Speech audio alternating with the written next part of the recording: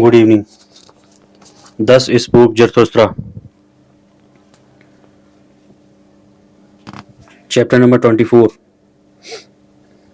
In the happy iceless, the figs fall from the trees, they are good and sweet, and in falling the red skins of them break.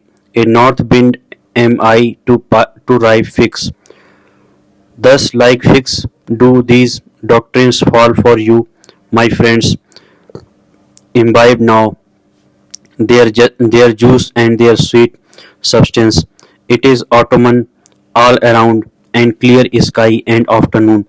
Lo, what fullness is around us, and out of the midst of superabundance, it is delightful to look out upon distant seas. Once did people say God when they looked out upon distant seas. Now, however, have I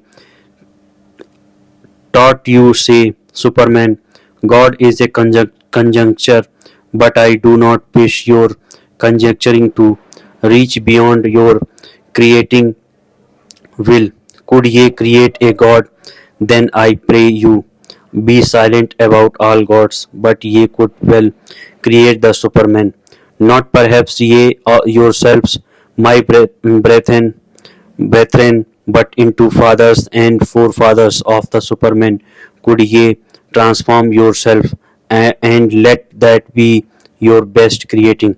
God is a conjecture, but I should like your conjecturing restricted to the conceivable. Could ye conceive a God, but let this mean will to truth unto you, that everything be transformed into the humanly conceivable, the humanly visible, the humanly sensible.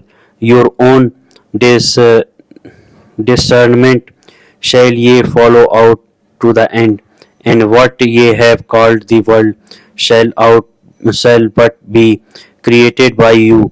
Your reason, your likeness, your will, your love shall it itself become, and verily for your bliss, ye discerning ones. And how would ye endure life without that hope, ye discerning ones? Neither in the inconceivable could ye have been born, nor in the irrational. But that I may but that I may reveal my heart entirely unto you, my friends. If there were gods, how could I endure it to be no gods? Therefore there are no gods. Yea, I have drawn the conclusion. Now, however, doeth it draw me? God is a conjecture, but who could drink all the bitterness of this conjecture without dying? Shall his faith be taken from the creating one, and from the eagle his flights into eagle heights? God is a thought, it makes all the straight crooked, and all that standeth real. What time would be gone, and all the perishable would be but a lie. To think this is giddiness and vertigo to human limbs, and even vomiting to the stomach.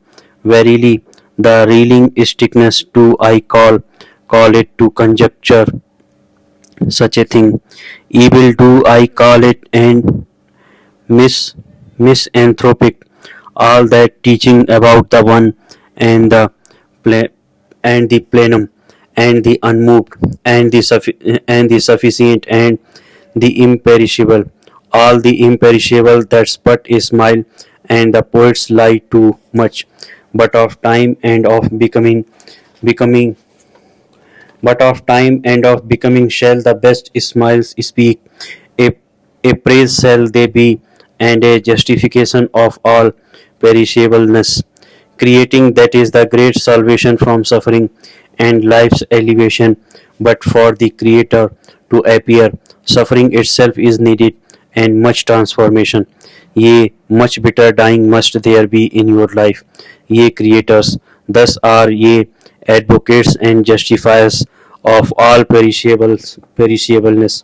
For the Creator Himself to be the newborn child, He must also be willing to be the child bearer, and endure the pangs of the bearer. Verily, through 100 souls went I my way, and through 100 cradles and birth throes many a farewell have I taken. I know the heartbreaking last hours.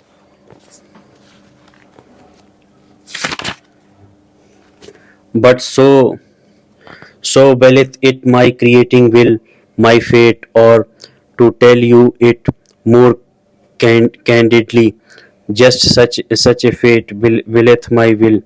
All feelings suffereth in me, and is in prison, but my willing ever cometh to me as mine emancipator and comforter. Willing willing emancipateth, that is the true doctrine of will and emancipation. So teacheth you, Zarathustra, no longer willing and no longer valuing and no longer creating.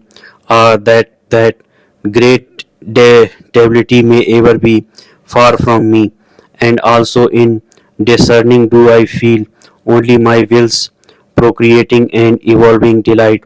And if there be innocence in my knowledge, it is because there is will to procreation in it.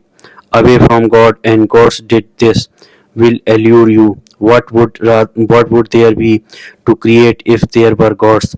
But to man doeth it ever impel me in anew. My fervent creative will thus impelleth it the hammer to the stone.